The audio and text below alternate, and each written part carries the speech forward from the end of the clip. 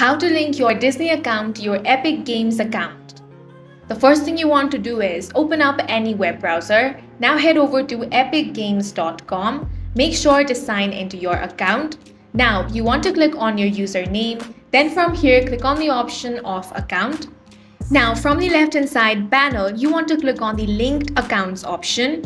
Here, you should be able to find the option of My Disney Account. If you don't find this, you can use a VPN and check. Once you've found it, click on the Connect or Linked option. On this page, click on the Connect Account option. Now, you will have to enter your email address to continue. So go ahead and log into your Disney with your My Disney account. For that, enter the email and click on the Continue option.